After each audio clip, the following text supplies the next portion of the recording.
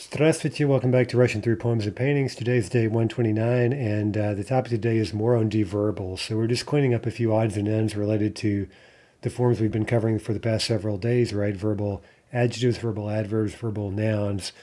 And the first point is that we can rephrase, and we actually mentioned this before, we can rephrase verbal adjectives, right? Those participial phrases involving verbal adjectives.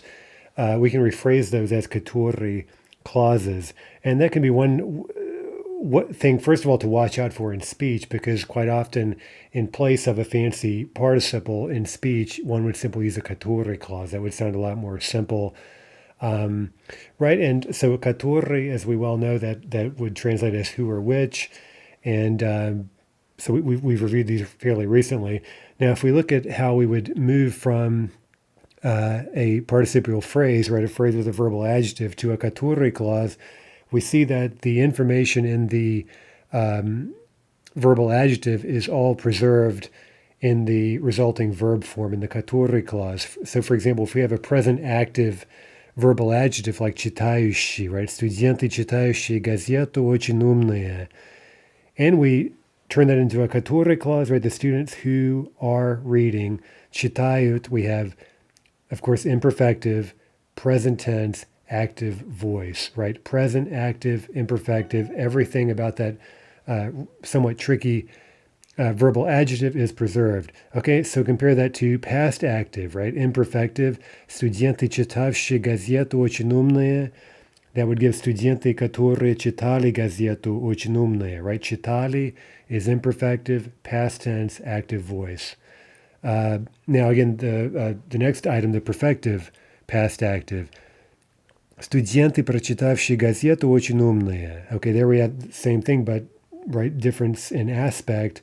The students who have completely read or have finished reading the newspaper are very smart, right? Студенты, которые прочитали газету, очень умные. And again, we see прочитали, past tense, active voice, and perfective. Now, what about the passive verbal adjectives? Well, these are a little bit trickier in the sense that while we could translate them as passive voice verbs, right, with the sia, normally you wouldn't use that in speech, right? So even if you were using a katori clause, you would probably not use the passive verb. It would sound a bit more less stilted to simply convert that passive expression into an active one. Okay, but again, in terms of just thinking about the meanings of these different verbal adjectives, this is a kind of useful exercise, right? Газета, читаемая студентами, интересная. Okay, читаемая, there's our verbal adjective. It's present, passive. Of course, that also means it's imperfective, right? It's present, therefore imperfective. And so, again, if we were doing this sort of by the book, right, we would get газета, которая читается студентами. Right, the book which is read, right, passive, and again, we're getting that, the reflexive particles, the sia here. And so, again, if we did that, everything would be preserved, right? It's present tense, it's passive voice, it's imperfective, of course. And so, again, while theoretically there's nothing wrong with this Russian sentence, it just sounds a little bit forced, maybe, especially, again, in speech or any sort of normal context. And so we could make that active, газета, которую читают. So there, it's still present, it's still imperfective. The only thing is we've gone from passive to active. Okay, one more example with the past passive, or PPP as we'd call it. Газета, прочитанная студентами, интересная. Okay, газета, которая прочиталась студентами, интересная.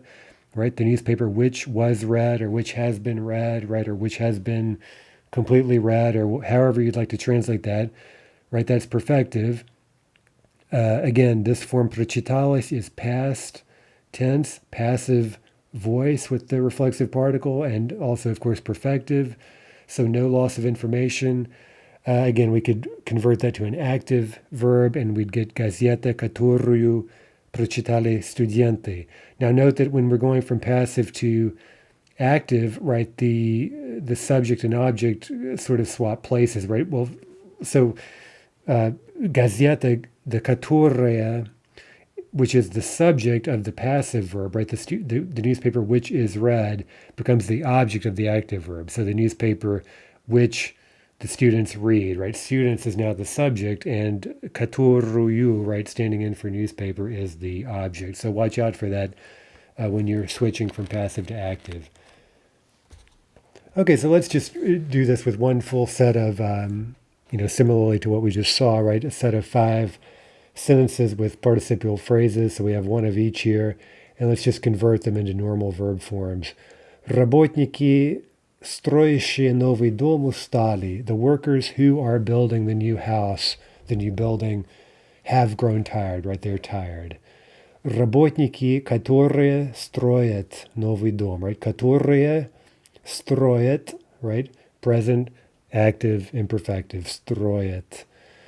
Number 2, работники, строящие новый дом, устали. The workers who were building, right? Who were in the process of building the new house or building got tired.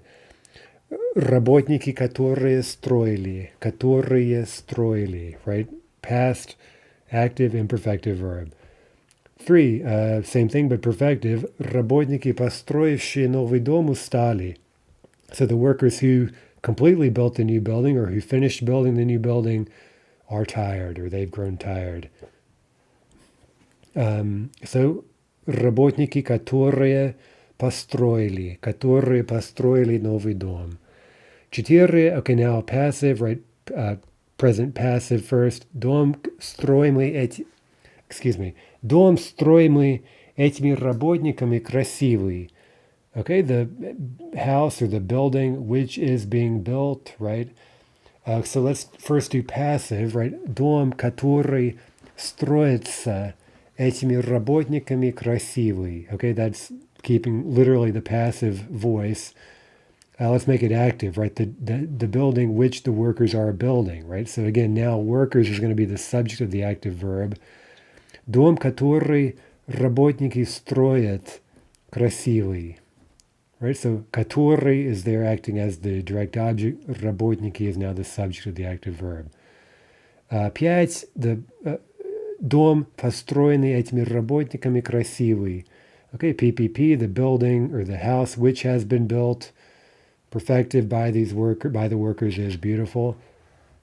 Okay, let's make that active. Дом, который, right, which, that's standing in, that's the accusative, right? Который построили, perfective, эти работники красивые.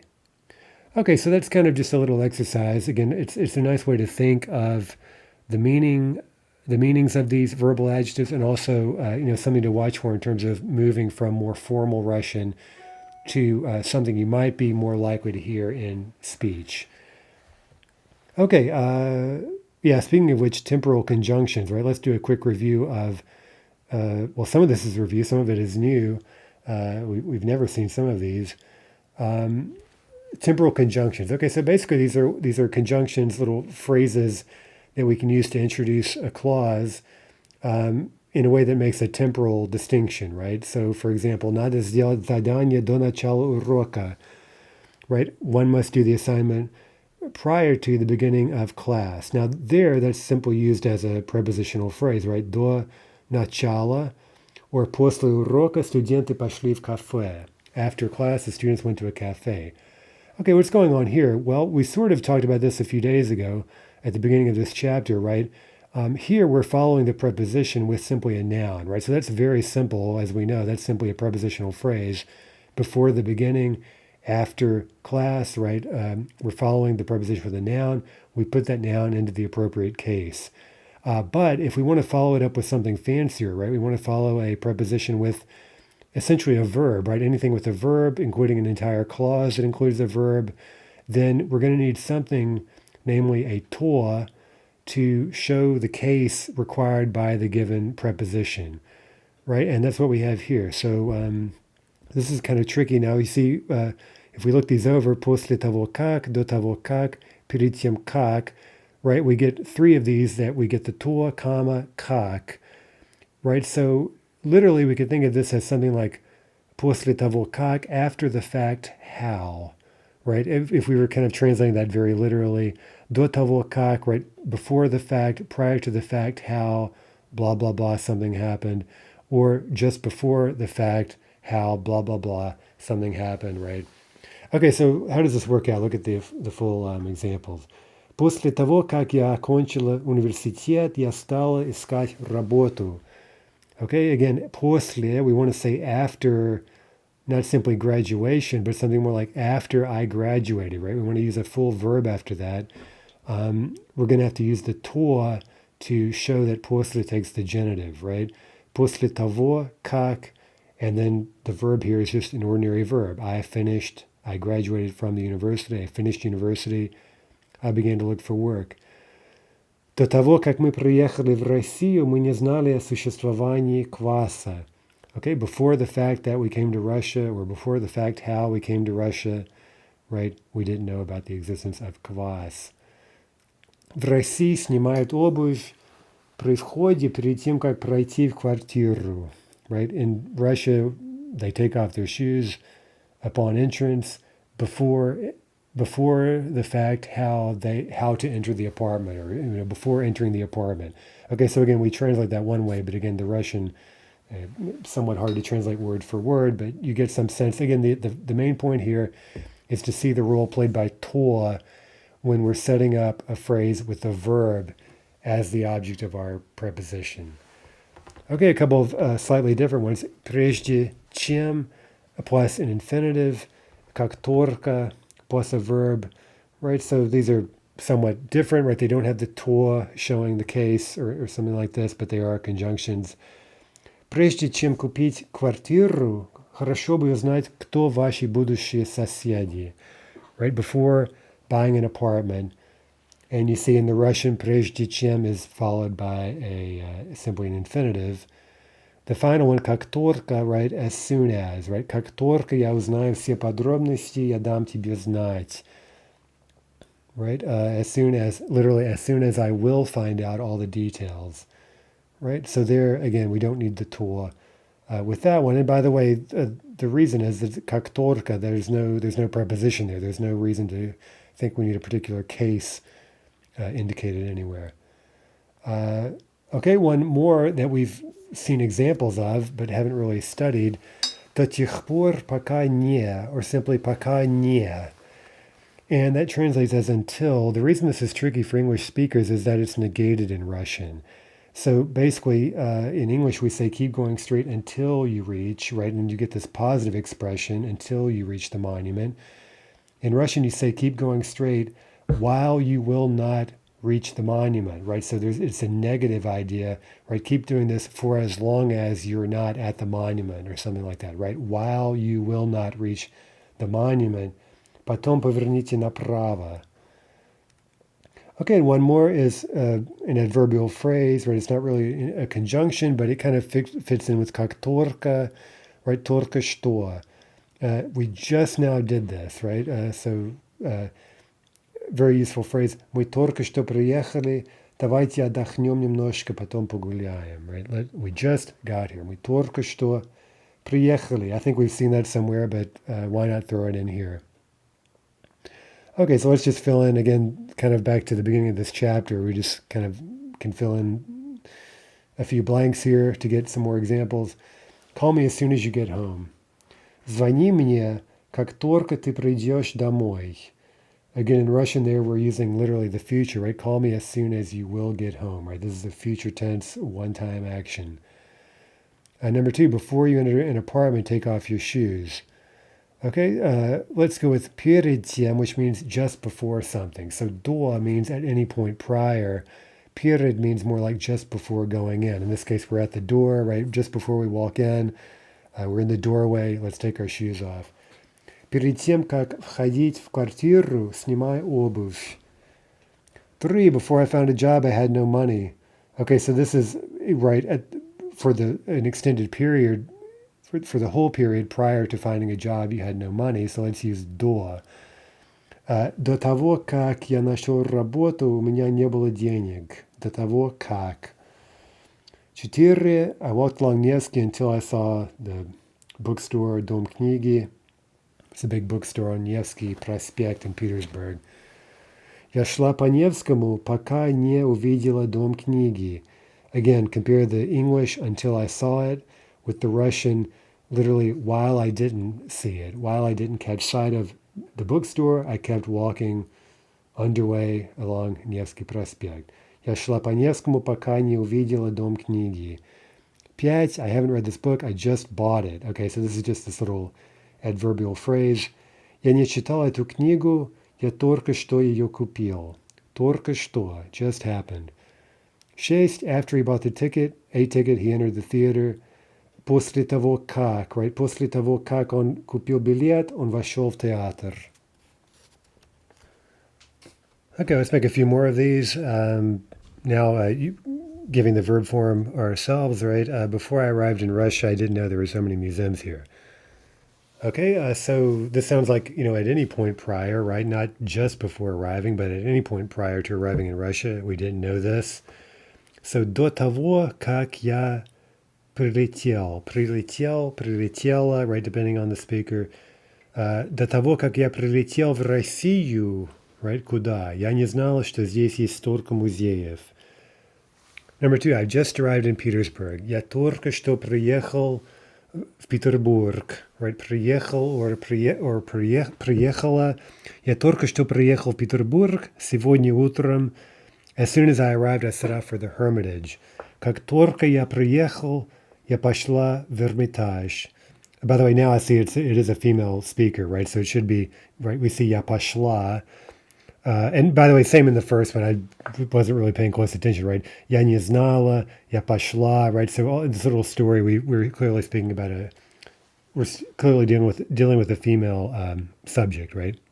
So let's back up. Before I arrived in Russia, до того, как я приехала, right, я не знала. Number 2, я только что приехала. As soon as I arrived, как только я приехала, я пошла в Эрмитаж. By the way, if the person arrived by flying, we could of course say прилетела in here instead of приехала, but the neuter would simply be the neutral expression for arriving by vehicle would simply be приехать. Okay, 3, after I'd been through all the rooms, right, I'd made the rounds of all the rooms, so to speak, I went to the Russian Museum. После того как, right, после того как я обошла все залы Эрмитажа, я пошла в Русский музей. Okay, 4, I stayed in the Russian Museum until they closed it. Now here's the tricky one, right? In Russian, we want to make this negative and say, I was in the Russian Museum while they didn't close it, right? Or maybe for as long as they didn't close it. Я была в Русском музее, пока его не закрыли. Right, пока его не закрыли. Интересно, во сколько он откроется завтра. Right, what time will it open tomorrow? Okay, so now that we've kind of covered that little topic, right, some more sophisticated temporal conjunctions, we can ask ourselves, how would we rephrase a verbal adverb, right, in a somewhat simpler way, right? Again, just to avoid this kind of fancy deverbal form, if we were just speaking normally, and again, it's not like it's some terrible mistake to use these phrases in speech. It's just kind of unusual because they are kind of bookish. They're somewhat elaborate, right? And so how could we express this very same idea more simply? Well, remember with verbal adverbs, we only have 2 varieties, right? Imperfective and perfective. For example, студенты разговаривали, читая газету. Okay, remember how we translated that? The students were conversing, they were chatting while reading a newspaper, right? Okay, so we can use that translation as a sort of cue and just put it pretty much word for word into Russian and get a while clause, right? When or while. Студенты разговаривали, когда читали газету. Когда читали. Okay, now let's check to see if we've lost anything. Читая is a imperfective adverb, right? And here we keep imperfective, of course, читали. Of course, we have to introduce a tense here, right, to line up with the main verb, right? They were chatting while they were reading. Okay, perfective. Now remember, a perfective verbal adverb like прочитав, right, describes an action that was prior, right? It was finished prior to the action of the verb it modifies. For example, прочитав газету, ее выбросили. Having read the newspaper, they threw it out, right? That's the way we translated that. Okay, so if we were to rephrase that using simply a verb, not a deverbal, we would say after the fact that they read the newspaper completely, right? Perfective. После того, как прочитали газету, ее выбросили, right? They threw it out. Okay, so let's rephrase a few of these. Мы долго думали, покупая билеты на билет. Okay, so while buying tickets, we thought for a long time, right? While we were in the process of buying tickets. Мы долго думали, когда покупали билеты на балет. Number two, купив, наконец, билеты, мы вошли в театр. Okay, here we have a kind of a sequence, right? Having finally bought the tickets, we walked into the theater. После того, как мы купили билеты, мы вошли в театр. После того, как купили. 3. Найдя наши места в первом ряду, мы сели. Having found our seats, our places, our seats in the front row, in the first row, we sat down. So, right again, perfective. После того, как нашли наши места в первом ряду, мы сели. 4. Выбежав на сцену, балерины начали танцевать. Okay, another perfective. Having run out onto the stage, the ballerinas began to dance. После того, как выбежали на сцену, балерины начали танцевать. 5. They seemed so light as they were dancing and jumping, right? Они казались такими легкими, когда танцевали и прыгали, right? As they were doing these things, right? As they were dancing and leaping or jumping or whatever, right? Когда танцевали и прыгали. And number 6, another perfective. Вернувшись домой, мы долго говорили о спектакле.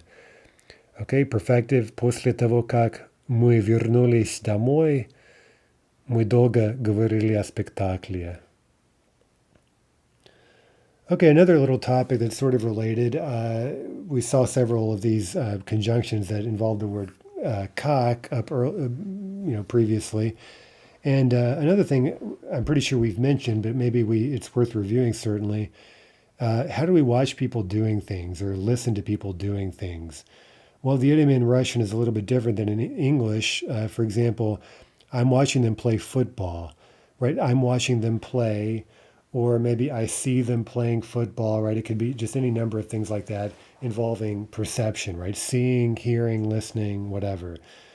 In Russian, we say literally, we use a kak phrase, and so we say literally something like, I'm watching how they play, or I was watching how they play, right? Я смотрю, как они играют в футбол. Я слушала, как он играет на пианино, right? I was listening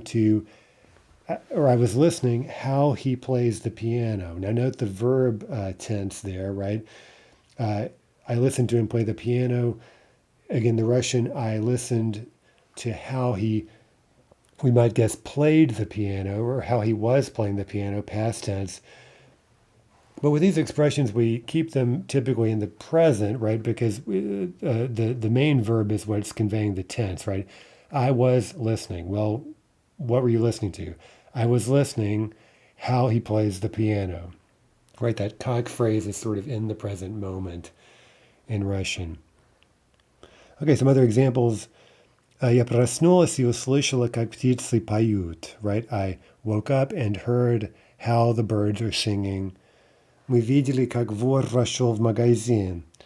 We saw how the thief entered the store. Okay, now there's not the ongoing action, which would have been present tense, but past tense, right? We saw, and now this is being treated as a completed action, right? Maybe this would be followed by some more, a kind of a sequence, right? Now again, we could say we saw the thief entering the store. Мы видели, как вор входит в магазин, right? That could also be another variation where we're watching this ongoing. Okay, let's look at a painting, right? Пожар в деревне, the inferno, right? A пожар is like a house fire, right? So it's a disastrous fire, not simply a fire in general, right? So we have a fire in the village. Пожар, right? There's a fire. Мы видим, как испуганные люди вытаскивают все, что могут из горящих зданий. All right, so lots of deverbals here. We see how, right? We see how the frightened people are pulling out, dragging out everything they can from the burning buildings. Okay, so испуганные is a PPP, горящих is a present active verbal adjective, burning. Мы видим разбросанные вещи, валяющиеся по земле. So we see things that have been tossed about, разбросанные, валяющиеся, right, that are literally rolling around, right, they're lying about in disorder on the ground. Вдали мы видим уже совсем сгоревшее здание, почерневшее от дыма небо и колокольню пока уцелевшей церкви. It's a pretty fancy stuff there, right? But again, quite typical of formal Russian prose, right? In the distance, we see buildings, здания. Okay, what kind of buildings? Уже совсем сгоревшие, right? Buildings that have already completely burned down. We also see небо, right? The sky, небо. What kind of sky? Почерневшее от дыма. Right, a sky that has grown black. It has become black with smoke, from smoke. And we finally see the колокольня, right, the bell tower of a пока уцелевшей церкви, right, of a church that for the time being has survived intact, right, it's remained safe. Уцелевший, уцелеть means just to remain cieli, right, to whole or entire, after a disaster or something. Okay, so let's see. Let's translate a few examples with kak as we just went over. We see the village burning. Okay, we're going to want to say we see how the village is burning. Мы видим, как деревня горит. Горит, right? And here we're using some of the verbs from the caption up there underneath the picture in the book. Number 2, we see people running out onto the street. Okay, we want to say we see how people are running out onto the street. Мы видим, как люди выбегают на улицу. Number 4, we hear the women screaming. We hear how the women scream. Right? Мы слышим, как женщины кричат. Как они кричат. Как женщины кричат. Final one, they're misnumbered in the book there, obviously. Number 4, it should be, we see the smoke rising. We see how the smoke rises. Мы видим, как дым поднимается. Okay, last thing today, I don't want to spend much time on it, but again, just a couple of items that are discussed in the book that you should watch out for that are related to this big topic of deverbals. Right, the first one, 151, there we simply have listed a few deverbals that, would not normally register as being derived from verbs. Of course, they are derived from verbs, and of course, one could think of them that way if you're sort of analyzing them. But in terms of just everyday speech, these are words you hear all the time that have sort of, you could almost say they've become fully fledged adjectives or adverbs, right, in a way that doesn't necessarily retain the sense of being derived from verbs. Okay, so on 151, I've just given you a few examples. We've mentioned a few of them already. Keep in mind that some of these are substantivized, meaning they're verbal adjectives, for example, that stand alone often as nouns. So one example is piyushi, right? One who drinks, or who drinks, right? One who drinks, or simply a drinker, right? So that's one thing to watch out for. Somewhat more unusual are what are native Russian present active participles, for example. So the participles we studied are historically from Church Slavonic with that ushi or yashi or that shi ending. The actual native Russian form of that is chi, right? And you may watch out for that. You'll see it in certain kind of set expressions. Again, usually with adjectives that are really could be thought of as adjectives, not really as, an ordinary kind of derived, deverbal form. So a quick example is рабочий, right? That's the Russian for a worker. That would correspond to the actual deverbal that we learned, present active, работающий, right? One who works. But a рабочий is a worker, and that would be the the term the communists would have used, for example, right, for a worker. Of course, there are other synonyms, but that's just one example. Okay, and the final topic is able adjectives. So a lot of forms that we would have thought of earlier in our discussion as present passive verbal adjectives, right? Especially when they're derived from perfective verbs, right? So we use that same system that we use to derive present passive verbal adjectives, and we use that to derive those forms from perfective verbs quite often. We get able adjectives. And again, I don't want to spend all day on this. I gave a few examples in the book right on page 152. This is just something to watch out for, right? If you see words like незабываемый, неописуемый, неповторимый, and you trust, translating that as something like that which is not being repeated, right? You try to do this kind of formal thing and you see it doesn't quite work out. Just keep your mind open to this able option, right? Unforgettable, indescribable, unrepeatable, indisputable, inexplicable, unburnable, or fireproof, right? In some cases, it may be a kind of a totally different, translation in English, but you see literally, несгораемый means that which does not burn down, right? Unburnable or something. Or, that which is not burned, I guess we could translate it sort of, to capture that present passive, sort of literal meaning. Okay, so watch out for that. Those are really quite common, and you can again form those from a large number of verbs. Again, usually it would be perfective. Some of the forms, as usual, are going to be slightly unpredictable, so just watch out for it. But that's definitely a kind of an alternate meaning of that type of form that is extremely important in Russian. Okay, so that does it for our coverage of deverbals. Again, today we've covered kind of some odds and ends. We've cleaned up this topic we've covered it pretty extensively at this point.